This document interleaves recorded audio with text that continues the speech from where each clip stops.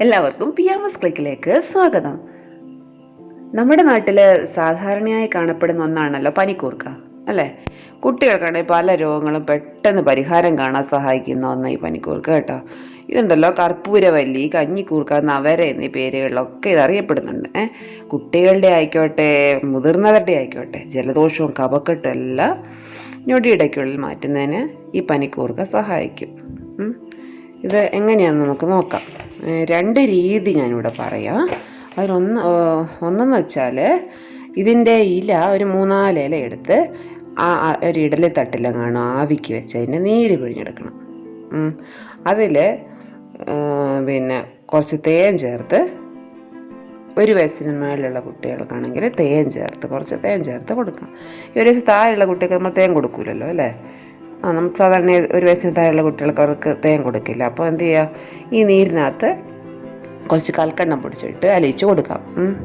ഇനി അത് ഒരു 2 ദിവസം കൊടുത്താൽ, 2 ദിവസം എന്ന് വെച്ചാൽ 2-3 ദിവസം പിന്നെ രാവിലെയും വൈകുന്നേരം കൊടുത്താൽ അവരുടെ ജലദോഷം, അതേപോലെ പിന്നെ മൂക്കടപ്പ്, തുമ്മൽ ഇതെല്ലാം പിന്നെ മാറുന്നതായിട്ട് കാണാം. കാരണം എനിക്ക് അനുഭവം ഉള്ളതുകൊണ്ടാണ് ഞാൻ പറയുന്നത്. പിന്നെ മുതിർന്നവർക്കും കഴിക്കാൻ കേട്ടോ. മുതിർന്നവർക്ക് വെച്ചാൽ നമ്മൾ ഇംഗ്ലീഷ് മരുന്ന് കഴിച്ച് പിന്നെ അവർക്കൊക്കെ പിടിക്കാൻ കുറച്ച് പിന്നെ ദിവസം വേണ്ട വരും. അല്ലാതെ അങ്ങനെ മരുന്ന് അങ്ങനെ ഉപയോഗിക്കാത്തവരാണെങ്കിൽ അവർക്ക് പെട്ടെന്ന് എഫക്റ്റ് ചെയ്യുന്നതായിട്ട് കാണാം. അതുകൊണ്ട് കുട്ടികൾക്ക് വേഗം തന്നെ ഇത് എഫക്റ്റ് ആവുമെന്ന് പറയുന്നത്. പിന്നെയെന്ന് വെച്ചാൽ രണ്ടാമത്തെ രീതി, ഇതിൻ്റെ 3-4 ഇല എടുത്ത് കൂടെ എന്ത് ചെയ്യുക, ഒരു പിടി തുളസി ഇലയും കൂടി എടുത്തിട്ട് പിന്നെ അരച്ചെടുക്കുക.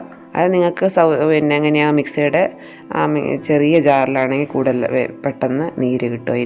അതിൻ്റെ കൂടെ തിളപ്പിച്ചാറ്റിയ വെള്ളം ചേർത്ത്, കുറച്ച് തിളപ്പിച്ചാറ്റിയ വെള്ളം ചേർത്ത് നമുക്ക് അരച്ചെടുക്കാം.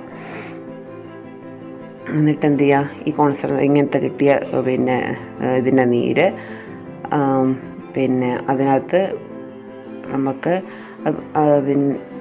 അതിനകത്ത് വേണമെങ്കിൽ നമുക്ക് എന്ത് ചെയ്യാം, ഈ തിളപ്പിച്ചാറ്റിയ വെള്ളം തന്നെ കുറച്ച് ചേർത്തിട്ട്, ഇപ്പോൾ അര ഗ്ലാസ് ഒന്നും കിട്ടില്ല, ഒരു ചെറിയ പിന്നെ 1/4 ഗ്ലാസ് നീര് കിട്ടിയാൽ അതിനെ വേണമെങ്കിൽ എന്ത് ചെയ്യാം, ഒരു 3/4 ഗ്ലാസ് അത്ര വെള്ളം ഒഴിച്ചിട്ട് നമുക്ക് അതിനകത്ത് കുറച്ച് കൊടുക്കുന്നതനുസരിച്ച് കുറച്ച് തേനും ചേർത്ത് അവർക്ക് കൊടുക്കാവുന്നതാണ്.